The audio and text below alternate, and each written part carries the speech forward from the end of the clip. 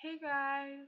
So today I'm going to be showing you how to do folds or wrinkles. I'm trying not to make this video that long, so I'm sorry if it does. I'll probably pop up right here when it goes straight into, like, if you really know Gimp already, I'll show you how to make the actual wrinkle. So what you want to do is you want to get a blank sheet of paper. So you'll just go into File, New, and then press OK. And then when you're done that, you're just going to click on whatever color that you want, get the paint bucket, and then you're just going to put it onto the page. Okay? So when you're done that, you're going to start a new layer, and then you're just going to press OK. If this little box or this little thing doesn't show up, you're probably on one of these tabs, and if it still doesn't work, you can always click layer at the top and then click new layer, and this will show up. So when you're done that, you want to make sure you're on folds, and then you're going to change your color all the way to black. So just hold on to the canvas, then bring it all the way to the bottom. Then you're going to press OK. So when you're done with that, you're going to go to your toolbox, and then you're going to click this little path thingy, right? So then when you're done that, you're just going to click on the page, right? Click wherever you want it to be, and then you're going to hold on to where you clicked. When you're done that, you're just going to drag it into a curve. Then you're going to click wherever you want. When you automatically click somewhere else, it's going to curve as well. So when you're done with that, you're going to double click on here and then go to stroke paths. Make sure you're on stroke line, and if something pops up, I will show you what to do. So you want to make sure yours is probably on 6. I would probably bring it down to 5, and then you're just going to put it as stroke. Okay.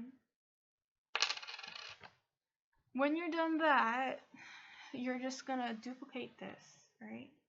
So you want to make sure that, see, this is not on the same page. So then what you're going to do is you're going to duplicate this, duplicate layer. And then what you're going to do is you're going to select it. So you're going to right click, same way as you duplicated the layer. And you're going to go all the way to the bottom, and you're going to click Alpha to Selection. Then you're going to click that. When you're done that, you're going to go onto your white. So it's either you can bring it all the way down like that, or you can, at the bottom will probably be white as well. So you can just click that up. And what you're going to do is you're going to get your paint bucket and just click it like that.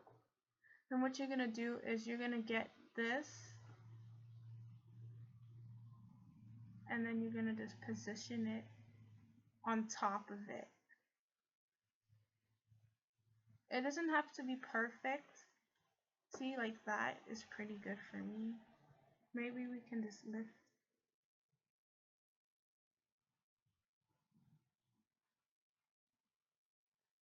Okay, that's good. So when you're done that, you're going to want to merge it down. So you're going to right click on the top one, the white one that you just did, right? And then you're just going to merge it down. And then that means that these two layers are together now. So when you're done that, you're going to go to your smudge tool. So this little smudge thing is going to come up. You can either double click on it, and you're going to bring this down to 12. And 12 will be exactly the same size. Sorry, I'm just going to check how long I got. Okay, I got a lot of time. So when you're done that, you want to blur, you want to click select and none. So that little, train of ants will go away. And then what you want to do is you want to just blur out the ends. You want to make sure you can blur that out. And you kind of want to blur out both of them at the same time. So let's blur that out and do the same to the other one.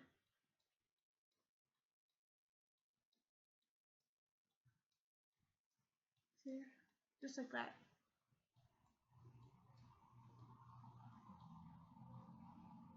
Just like that.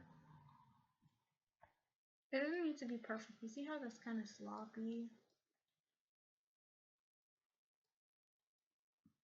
You can just backspace that if you want. Sometimes I like it to be perfect. But if you're lazy like me and you don't feel like doing the whole thing here, you can go to filters, go to blur, and then go across to Gaussian blur. And then you're gonna go to this, and then you're gonna change this to 10. Then press OK.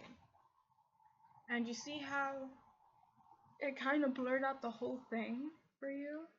And then if you want, you can just go over it and blur it out some more. Also, if you want, why the hell did I do that? If you want, you can bring down your opacity. So it's, you know, if you feel like you're gonna mess up a lot and you're not familiar with doing it, then you can just bring it down a little bit. So then you're just gonna use the smudge tool. So just smudge it out as much as you can.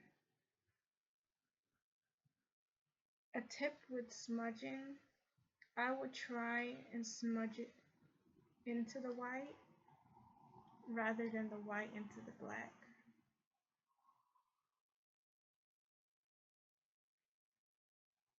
Okay.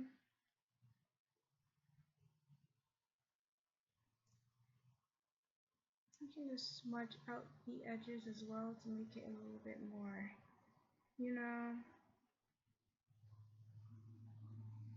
more sharp.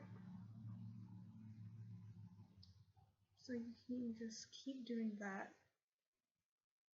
And if you feel like you kind of want to blur it out a little bit more, you can always just go back into this and make it 15. That. Just like that. Then when you're done that, you want to get your blur, double click on it, and you definitely want to bring this down, because if this blur tool will kind of like erase it. So I will probably put it at 65, and also make your brush a little bit bigger. So I will probably 18 is good. And then you're just gonna kind of do this.